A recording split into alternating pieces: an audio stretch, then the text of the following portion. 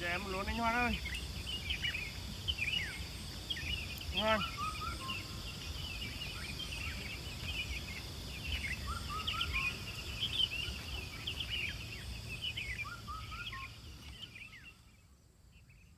Đinh công an viên qua đây xóm đi bằng keo anh ơi. Đinh.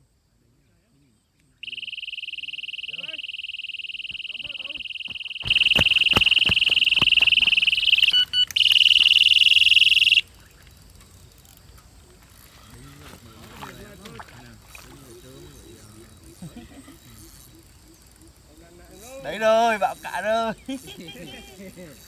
Là biết đấy à? Rồi. Bắt con nhanh nặng thôi.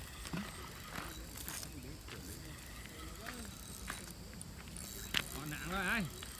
Còn nặng đâu? Đó đó. Không vào đâu. Đâu? Kéo trượt lại rồi, băng kéo trượt lại rồi. Rồi đó. Rồi, cắt rồi.